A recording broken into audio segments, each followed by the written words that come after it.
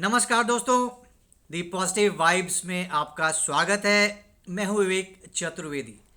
आज आप सभी लोगों को बसंत पंचमी की बहुत बहुत हार्दिक शुभकामनाएं। माता सरस्वती की कृपा हम सब पर बनी रहे। आज इस चैनल की शुरुआत हो रही है। इस शुभ दिन पे आज मैंने इस चैनल की शुरुआत की है, तो उम्मीद करता हूँ माँ सरस्वती की कृपा बनी रहेगी इस चैनल पे। तो उनकी कृपा और आपके सहयोग से उम्मीद करता हूँ ये चैनल अच्छे से ग्रो करेगा और हम लंबे समय तक साथ में जुड़े रहेंगे। इस चैनल पे हम बहुत तरह की बातें करेंगे। आस पड़ोस, विदेश विदेश, सब तरफ की दुनिया भर की खबरों पे हम चर्चा करेंगे। नए नए डेवलपमेंट्स के बारे में चर्चा करेंगे। हर दिन पूरी दुनिया में बहुत सी घटनाएं होती रहती हैं, सबके बारे में चर्चा करेंगे। कुछ इंटरेस्टिंग फैक्ट्स के बारे में डिस्कस करेंगे।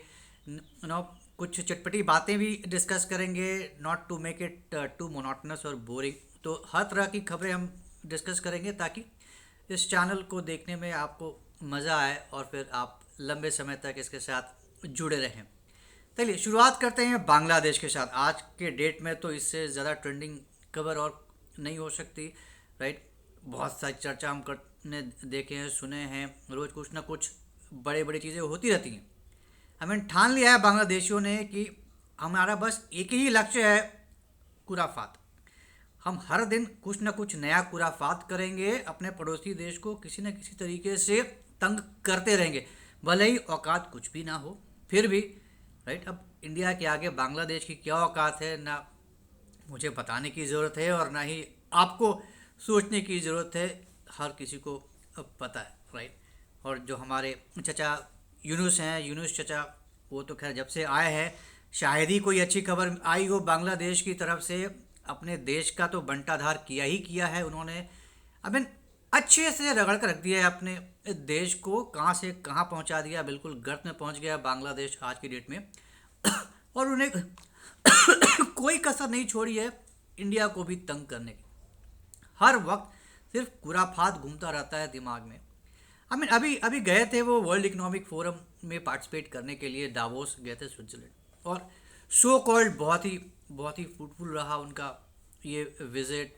बहुत तेरे मीटिंग्स किए। आई मीन 47 मीटिंग्स किया उन्होंने, हाई लेवल मीटिंग्स की उन्होंने।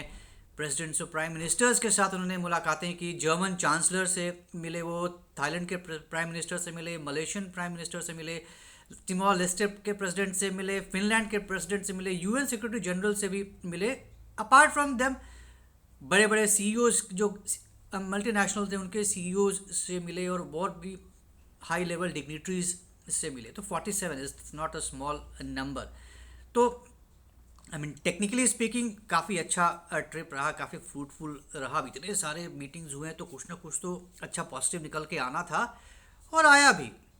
पहली अच्छी खबर ये आई कि यूएस ने बांग्लादेश को देने वाले सारे एड्स पे बैन लगा दिया। खैर that was a blanket ban जो ट्रंप ने लगाया, सारे यूएस एड पे बैन लगा दिया 90 डेज के लिए, वो अलग बात है। लेकिन यहाँ गौरतलब बात यह है कि एशिया में जो बांग्लादेश को यूएस एड मिलता है वो एशिया में one of the largest aids होता है। तो that's a significant amount. I mean for a country like Bangladesh, considering ये पूरे एशिया में सबसे बड़ा एड होता है, तो काफ़ी बड़ा अमाउंट है जो अब रुक गया है। तो वो एक अच्छा डंडा पड़ा है बांग्लादेश के ऊपर, जिससे काफ़ी तिल मिलाए हुए हैं यूनुस साहब इस बात से लेकर। और वापस जब आए डावोस से तो कुछ वहाँ से भी कुछ मिला नहीं। There was nothing which you could say कि आई हैव अचीव दिस, मैं ये करके आ गया, अब ये हमारे पास होने वाला है, अब ये मिलने वाला है। बांग्लादेश की टेक्सटाइल इंडस्ट्री को वो वैसे ही खा चुके हैं। Thousands of factories have shut down. Bharat में आ रहे हैं ऑर्डर्स और कंपनियां शिफ्ट हो रही हैं, तो कबाड़ा कर चुका। आई मीन सबसे बड़ा इंडस्ट्री उनका बांग्लादेश का टेक्सटाइल इंडस्ट्री था। इंडिया से भी बड़ा है एक्सपोर्टर बांग्लादेश। तो आप इससे समझ सकते हैं कितना बड़ा इंडस्ट्री है बांग्लादेश के लिए जो टेक्सटाइल का है। बट वो भी अब सत्यानाश की ओर बढ़ रहा है। तो एक अगर हमको एक छोटा सा शब्द में कहे तो मोहम्मद यूनुस का अब चूचू का मुरब्बा बन गया है, बिल्कुल लिटरली चूचू का मुरब्बा बन गया है। और उन्होंने जग घसाई कर लिया है अपनी, ठान लिया है कि जब तक मैं रहूँगा, जाने से पहले तक तो बंटाधार में करके ही जाऊँगा। एक और क्रांतिकारी स्टेप लेने की फिराक में है, सोच रहे हैं, चल रहा है अभी ना। कोशिश में है। मैं उसके बारे में आगे चर्चा करूंगा अगले वीडियो में। बहुत ही क्रांतिकारी स्टेप है और खुराफात से भरा हुआ। I mean he is hell bound to put Bangladesh in deep shit. खैर, क्या कर सकते हैं, बांग्लादेश की अपनी किस्मत। तो अभी कुछ खबर आई थी, अब हम सब जानते हैं बहुत बड़े लेवल पर बांग्लादेशी जो है इन्फिल्ट्रेट करने की कोशिश कर रहे हैं इंडिया में। बहुत बहुत लंबा, बहुत बड़ा बॉर्डर है इंडिया और बांग्लादेश का। कई स्टेट्स हैं जो बॉर्डर शेयर करते हैं बांग्लादेश के साथ। सारे परेशान हैं। अभी खबर आई थी कि 26 जनवरी के बाद से 14 बांग्लादेशी नेशनल्स पकड़े गए हैं, बीएसएफ ने पकड़े हैं, और उसमें 2 इंडियन ट्रैफिकर्स भी पकड़े गए हैं। जाहिर सी बात है, सिर्फ उधर से घुसने वाला ही अकेले नहीं घुसता है, इधर से घुसाने वाला भी होता है, राइट। अब बिना सपोर्ट के आप कोई गलत काम नहीं कर सकते। तो हमारे कुछ देशद्रोही भी हैं जो इस काम में संलग्न हैं, उनको सिर्फ पैसा दिखता है, तो अपने फ़ायदे के लिए वो देशद्रोह पे कोई बाज नहीं आते। तो उनकी मदद से कोशिश हो रही थी, पकड़े गए 14 नेशनल पकड़े गए हैं।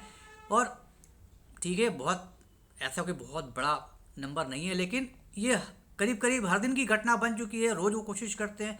बहुत पोरस है, फेंसिंग पूरी अभी नहीं हुई है। अभी तो हमने पढ़ाई है, हमने कई बार ही सुना है कि जब कुछ ही वो बांग्लादेशी जो बॉर्डर वाले हैं वो जब तब आके अड़ंगा लगाते हैं, काम रोकने की कोशिश करते हैं, झड़प होती है, फिर वापस जाते हैं। तो वो चैन से फेंसिंग नहीं, भाई हम अपने अपने एरिया में कर रहे हैं, तुम्हारा क्या जा रहा है। लेकिन उसके बावजूद वो तंग करते हैं, नहीं चाहते कि अब भाई फेंसिंग रुक जाएगी तो फिर वो आएंगे कैसे, भारत में घुसेंगे कैसे। तो वो उनके हित में नहीं है, इसलिए वो चाहते हैं कि वो ना हो। खैर, इतनी आसानी से हम नहीं बैठने वाले। सब पूरे देश में अब धरपकड़ हो रही है, बांग्लादेशियों को पकड़ पकड़ के उनको पहचाना जा रहा है, पकड़ा जा रहा है और उनको वापस डिपोर्ट करने की तैयारी हो रही है।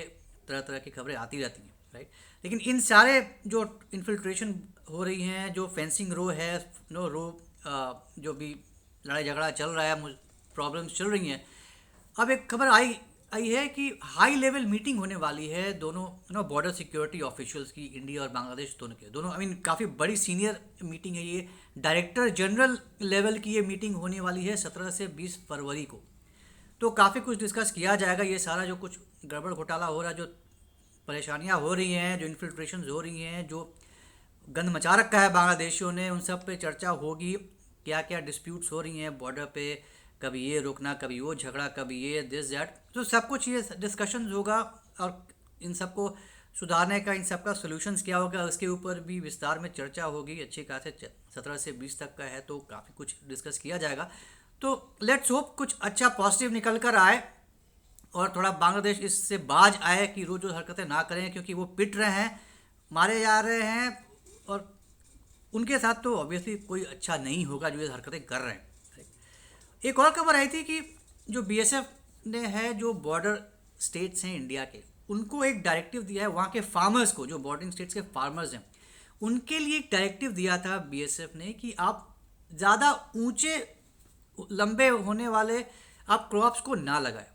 अब जाहिर सी बात है, जो कोई इलीगली इन्फिल्ट्रेट कर रहा है, जितनी लंबी झाड़ी होगी, जितना लंबा क्रॉप होगा, उतनी ज़्यादा उसको आसानी होगी इन्फिल्ट्रेट करने का। वो छुप जाएगा, वो कैमोफ्लेज कर लेगा अपने आप को बड़ी आसानी से। तो जाहिर सी बात है, इसमें दिक्कत होगी बीएसएफ को ट्रैक करने की, पहचानने की। तो अब यही डायरेक्टिव दिया गया है कि आप थोड़े कम हाइट वाले क्रॉप्स लगाइए, ताकि उनको बहुत ज़्यादा छिपने का आसान तरीका ना मिले और हमें भी आसानी हो पेट्रोल करने में, पहचानने में, पकड़ने में। ये बहुत बड़ा स्टेप है, काफ़ी मदद मिलेगी बीएसएफ को इस चीज़ से। तो देखते हैं आगे आने वाले समय में। अब जाहिर सी बात है, उन्होंने अपनाया भी होगा, किसानों ने उसके ऊपर काम भी कर रहे होंगे, तो कम ऊंचाई वाले क्रॉप्स भी वो लगा रहे होंगे और आने वाले समय में इसका अच्छा असर देखने को मिलेगा। तो जितनी अब चलिए बांग्लादेश से चलते हैं चाइना की तरफ। अगेन मतलब चाइना के बारे में ना डिस्कस किया जाए, इतना ज़्यादा खबर होता है चाइना के बारे में। तो चाइना से ये खबर हम सब जानते हैं, चाइना हमेशा यूएस को पछाड़ने के चक्कर में लगा रहता है। I mean being the second largest economy in the world, हमेशा it's a highly ambitious country की वो हमेशा यही चाहता रहता है कि मैं यूएस को पीछे छोड़ूं। हर चीज़ में वो पीछे छोड़ना, चाहे वो as an economy as a whole करें या फिर टेक्नोलॉजी की बात करें, एक से एक नई नई टेक्नोलॉजीज भी ईजाद करता रहता है। आई मीन अगर हम ऑटोमोबाइल की बात करें तो टेस्ला के नाक में दम कर रखा है BYD ने, BYD build your dreams, right, ने नाक में दम कर रखा है BYD ने, राइट। तो बहुत सी ऐसी चीज़ें हैं, बहुत सी ऐसी टेक्नोलॉजीज है जिसने चाइनीज़ कंपनियों ने नाक में दम कर रखा है, बहुत बड़े थ्रेट बन चुके हैं यूएस की बिग टेक कंपनीज के लिए। तो खबर ये है कि चाइना अब वर्ल्ड की लार्जेस्ट मिलिट्री कमांड सेंटर बनाने वाली है। पेंटागन यूएस का हम सब जानते हैं, वन ऑफ द लार्जेस्ट, उससे 10 गुना बड़ा बनाएगा। मतलब कैन इमेजिन, पेंटागन ऑलरेडी इतनी बड़ी क्षेत्र में इतना बड़ा है और उसका 10 गुना बनाने का प्लान कर रहा है चाइना। काम ऑलरेडी शुरू हो चुका है, मिड 24 में ऑलरेडी वो काम शुरू हो चुका है। बीजिंग के पास ये बनेगा, 1500 एकड़ में बनेगा। जस्ट इमेजिन, 1500 एकड़, तो बहुत बहुत बड़ा एरिया है और that's going to be I mean a masterpiece. And जब ये बनकर तैयार हो जाएगा, ये देखने वाली चीज़ होगी। It's already sending ripples in the US. उसके कान खड़े हो चुके हैं यूएस के, और हर कोई जानता है चाइना बहुत बड़े स्केल पर कोई भी काम करता है। तो जब ये कमांड सेंटर बनकर तैयार हो जाएगा, बहुत बहुत बड़ी ये चीज़ होगी, बहुत बड़ी उपलब्धि होगी चाइना के लिए। और ये बहुत ही हाईटेक होगा। इसको बीजिंग मिलिट्री सिटी के नाम से इसको जाना जाएगा। It will be dubbed as Beijing military city. जाहिर सी बात है, 1500 एकड़ में पेंटागन का 10 गुना अगर होगा तो it will be like a city only, right. और उसमें अंडरग्राउंड फैसिलिटीज़ होंगी, और न्यूक्लियर रेजिस्टेंट भी होगा, क्योंकि न्यूक्लियर अटैक होगा तो उससे भी बचने का उसमें पूरा इंतज़ाम होगा। और जाहिर सी बात है, इतना कुछ कर रहा है तो उसकी अरेंजमेंट्स भी वैसे ही होंगी, उसी लेवल की होंगी। तो बहुत बहुत बड़ी डेवलपमेंट है from China's point of view, even from the US point of view. Pakistan से चलते हैं अब चाइना से। अगेन चाइना बात करते हैं तो उसका पिट्ठू पाकिस्तान के बारे में बात कर लेते हैं। हम सब जानते हैं बलूचिस्तान में कुछ ना कुछ होता रहता है, वो परेशान हो चुके हैं। एक तरफ इंडिया के कश्मीर के डेवलपमेंट्स देखते हैं और एक तरफ खुद को देखते हैं तो कहीं के नहीं है, कहीं नहीं है, दे आर नोवेयर। उन्हीं के रिसोर्सेज पे पाकिस्तान ऐश करता है, सारे रिसोर्सेज नोचता है और उनके लिए कुछ नहीं छोड़ता है। तो उन्हीं का सामान लेकर उन्हीं को कुछ नहीं मिलता। इस बात से बलूचिस्तानी बिल्कुल ही चिड़े हैं, बिल्कुल ही क्रांति के कगार पे खड़े हैं। हमेशा झड़प होती रहती है, कभी इधर बमबारी कभी उधर मार। अभी खबर है कि 18 पारा मिलिट्री सोल्जर्स मारे गए हैं पाकिस्तान के, और 23 रिबल्स जो बलूचिस्तान के हैं वो मारे गए। तो पाकिस्तान तो अपना डमरू बजा रहा है, भोंपू बजा रहा है कि हमने 23 रिबल्स को मार दिए हैं, हमारी फोर्सेस ने मार दिए। लेकिन आप ये भी देखिए कि 18 सोल्जर्स भी मारे गए हैं पाकिस्तान को। दे आर हेविली आर्म्ड, वो बाकायदा they are soldiers, highly trained soldiers. तो वो रिबल्स के वो बलूचिस्तानी कोई ट्रेंड सोल्जर्स नहीं है, राइट। हाथ में बंदूक थाम लिया, स्टेन गन थाम लिया, मशीन गन थाम लिया, दैट्स इट। जज्बा है उनमें, बस उससे लड़ाई कर रहे हैं। And they are killing scores of Pakistani soldiers. तो ये बहुत बड़ी क्षति है पाकिस्तान के लिए। लेकिन जाहिर सी बात है, इससे कोई सीखने वाला तो है नहीं, पाकिस्तान चलता रहेगा। और ये धीरे धीरे करके ये बढ़ता जा रहा है, स्केल बड़ा होता जा रहा है। तो आने वाले समय में और भी ज़्यादा खूनी ये सब झड़पें होने वाली हैं। तो हमें और भी बड़ी बड़ी घटनाओं के बारे में पता चलता रहेगा जैसे जैसे समय आगे बढ़ेगा। चाइना के बारे में एक और बात करते हैं, डीप सीक। हम सब लोगों ने सुना है, काफ़ी चर्चा थी, काफ़ी ट्रेंडिंग है ये डीप सीक। जब से डीप सीक के बारे में चर्चा हुई, जब से आया सामने, तब आई मचा कर रख दिया इसने। यूएस स्टॉक मार्केट की तो बैंड बजा दी है, बिल्कुल वाट लगा दी। $1 ट्रिलियन साफ हो गया यूएस स्टॉक मार्केट का। खौफ छा गया यूएस में। The big techs of US, they are literally psyched by this DeepSeek. अब आगे देखने वाली बात हुई कि एक्चुअली में ये कितना दमदार है या क्या क्या कर सकता है। बट एज ऑफ नाउ एक सेंस ऑफ अर्जेंसी आ गई है सारे बड़े बड़े टेक कंपनीज में कि भाई ये कोई we can't take it lightly. Chinese सामान है तो वो एक फैक्ट अलग है, लेकिन it can't be, China can't be taken lightly in any matter, right. And they know it. तो बहुत बड़ा थ्रेट है ये। और पहले यूएस नेवी ने बैन किया अपने एम्प्लॉयज़ के लिए डीप सीक यूज़ करने के लिए, और अब कांग्रेस ने बैन किया है अपने एम्प्लॉयज़ को डीप सीक यूज़ करने के लिए। ठीक है, आप अपने एम्प्लॉयज़ को कुछ, you can stop few people, few thousands और फ्यू लैक्स और few crores from using deep seek सब टेक्नोलॉजी। आप पूरी दुनिया को कैसे रोक सकते हैं? चाइनीज़ फ़ोन हम सब जानते हैं, चाइनीज़ मोबाइल पूरी दुनिया भर में फैले हुए, थोक भाव में है। इंडिया तो भरा पड़ा है, it's flooded with Chinese phones, वही डोमिनेट करते हैं। तो चाइनीज फोन में तो डीप सीक आएगा ही आएगा, आप किसको किसको रोकेंगे? तो it's going to be a big nuisance for the entire world. किस तरीके से डंप करता है चाइना हम सब जानते हैं। तो आने वाले समय में इसका भी क्या असर होगा, इसके ऊपर भी नज़र रखने वाली बात है।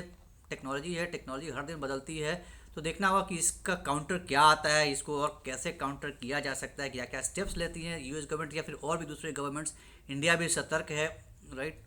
इतने सारे चाइनीज़ ऐप्स को बैन किया है उसके बावजूद तो अभी भी भरमार है, बट देखना होगा कि क्या क्या स्टेप्स लिया जा रहा है दुनिया भर में। एक चटपटी खबर, एक मतलब अच्छी खबर है, बहुत ही इंटरेस्टिंग खबर है, अमेरिका से आई है। अमेरिका में अंडों की कमी हो गई है। यार अंडा भी क्या चीज़ है भाई, चीज़ है। आप ये डेली कंजम्पशन की चीज़ है, आप तरह तरह के चीज़ों में खाते हैं and it's such a common thing.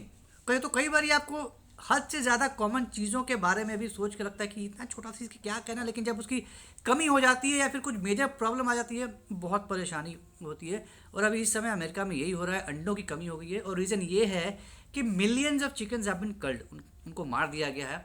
Reason ये है कि वहाँ पे बर्ड फ्लू फैला था और उसको रोकने के लिए, उसकी रोकथाम करने के लिए millions and millions of chickens have been killed, they have been culled. अब जाहिर सी बात है, अब फैला हुआ है तो आप जितनी जल्दी उस जमात को आप ख़त्म करेंगे जिससे फैलने का खतरा है, उतना ही आप कंट्रोल करने में सक्षम बनेंगे, आप रोक पाएंगे। तो उसी को ध्यान में रख के ये किया जा रहा है। गवर्नमेंट एक दूसरे को, प्रेजेंट गवर्नमेंट, पास्ट गवर्नमेंट, यही काम होता है, एक दूसरे पे उंगली उठाना, एक दूसरे को दोषी साबित करना। ट्रम्प गवर्नमेंट का कि पिछली सरकार ने मार दिया था, इतनी कमी हो गई थी, पिछली सरकार ने कहा आपने भी तो, जब आपकी पिछली सरकार जब पिछली बार थे तब भी आपने मारा था, तो कौन सा हमने उल्टा काम कर दिया। और तो करना ही करना है भाई, हम फैलने दें बीमारी को या हम रोकने की कोशिश करें, तो जो हमने किया वही आपने किया। तो याद रखना ये एक प्रॉब्लम है, हो जाएगा, अंडे फिर से आ जाएंगे वापस। अमेरिका में उनके बिना तो रहना मुश्किल है, बहुत ही कॉमन आइटम है, तो कहीं ना कहीं से वापस कंट्रोल करके वापस अंडों की बारिश होगी यूएस में आने वाले समय में। तो ये था एक आज का छोटा सा डिस्कशन। उम्मीद करता हूँ आपको ये डिस्कशन पसंद आया होगा। तो अगर आपको ये डिस्कशन पसंद आया तो हमारे इस वीडियो को लाइक करिए, मेरे चैनल को सब्सक्राइब ज़रूर करिए, मेरा मनोबल बढ़ाइए, ताकि इसी तरीके से मैं मेहनत करता रहूं और आपके लिए तरह तरह की दुनिया भर की खबरें और चटपटी मज़ेदार किस्से आपके लिए डेली बेसिस पे लेके आता रहूं। तो फिर जल्दी मिलेंगे एक नई उम्मीद के साथ, तब तक के लिए नमस्कार।